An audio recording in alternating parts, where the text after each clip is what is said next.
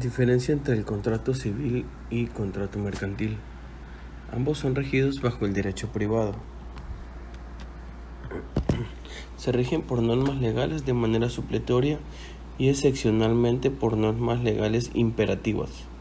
Se fundamentan en la buena fe y la libertad de contratación. Admiten el contrato tipo por adhesión y excepcionalmente la solemnidad. Elementos personales.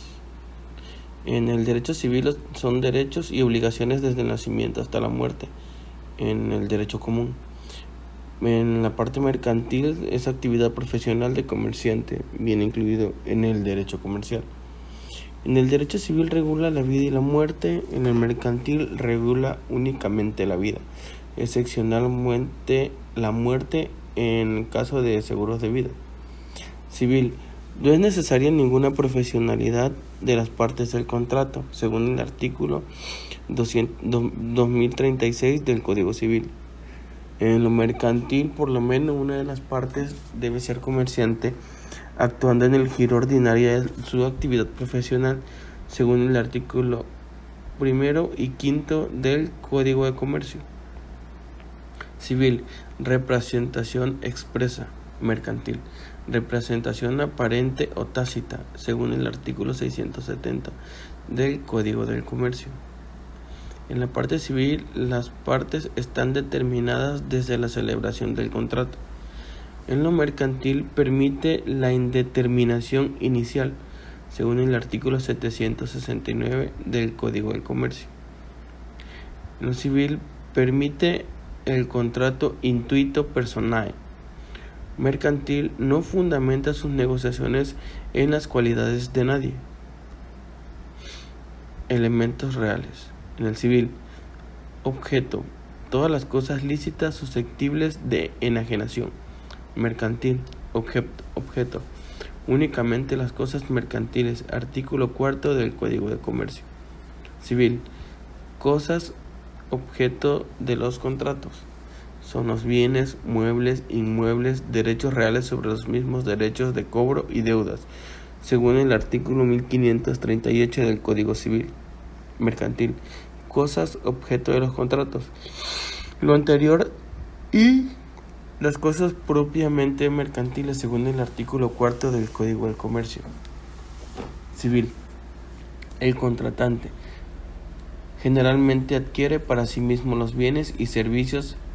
Mercantil, es el comerciante adquiere los bienes y servicios para distribuirlo entre terceros. Civil, la indeterminación en la circulación de los bienes no es objeto de civil. Mercantil, la intermediación sí es objeto de mercantil, según el artículo 2 del Código de Comercio. Civil, existen los contratos gratuitos. Mercantil, todos los contratos son onerosos, según el artículo 2, en el artículo 691 del Código del Comercio. Elementos formales. En la parte civil no se admiten anexos ni cláusulas adicionales que no consten como aplicación formal del contrato ordinario, según el artículo 1574 y 1578 del Código Civil. En la parte mercantil, si son admisitas cláusulas y anexos adicionales, según el artículo 672 del Código de Comercio. Civil, no hay obligación de subrayar o destacar determinadas cláusulas, tampoco incluir párrafos de la ley. En lo mercantil, en algunos contratos mercantiles sí existe esta obligación, según el artículo 672 y 73 del Código de Comercio. En civil, no hay contratos por imperativo de la ley por imperativo de la ley surjan títulos autónomos. Mercantil, sí existen contratos de los que surjan títulos autónomos. Civil, permite los contratos condicionales. Mercantil, la negociación es incondicional. Efectos. Civil, es excepcional el derecho Civil es excepcional el derecho de retención en favor del acreedor, según el artículo 1715, 1971, 1982, 2026 del Código de Comercio Mercantil. El derecho de retención respecto a los bienes muebles o inmuebles en favor de acreedor es de carácter general, según el artículo 682 del Código de Comercio. En la parte civil, la solidaridad de los deudores debe ser expresa por convenio de las partes o disposición de la ley, según el artículo 1353 del Código de Comercio.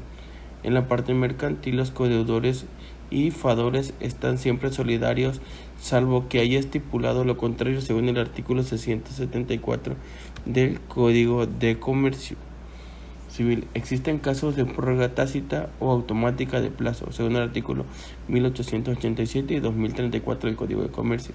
En la parte mercantil, toda prórroga debe ser expresa. En la parte civil, la mora del autor necesita de requerimiento formal de pago, salvo en casos de mora real expresamente contemplados en el artículo 1430 y 1431 del Código de Comercio Mercantil. Se incurre en mora sin necesidad de requerimiento desde el día siguiente que se venga o sean exigibles, salvo que hubiese pactado lo contrario, según el artículo 677 del Código de Comercio.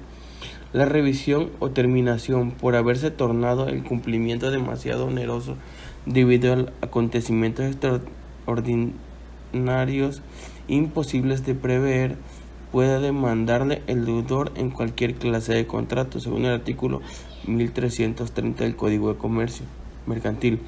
Solo se puede demandar el deudor en contratos de extracto sucesivo y en los de ejecución diferida, según el artículo 682 del Código de Comercio. Cuando la presentación ha de ser pagada por abonos, las partes determinan el incumplimiento de cuántos abonos hace exigible la obligación antes del vencimiento del plazo, salvo lo estipula la ley, según el artículo 1836 y 1949, inciso primero del Código del Comercio, según la parte civil. En lo mercantil, la falta de un pago dará por vencida la obligación, salvo pacto en contrario, según el artículo 973 del Código de Comercio Civil. Los contratos de promesa y de opción no pueden pactarse por plazos mayores a los estipulados en la ley, establecidos en el artículo 1681 y 2682 del Código de Comercio Mercantil. Las partes son libres de pactar en plazos sin límite alguno, según el artículo 706 del Código de Comercio. Según una parte civil, puede haber lesión patrimonial y dar lugar a su nulidad. En la parte mercantil no puede lograr su nulidad excepto en casos de delitos de usura.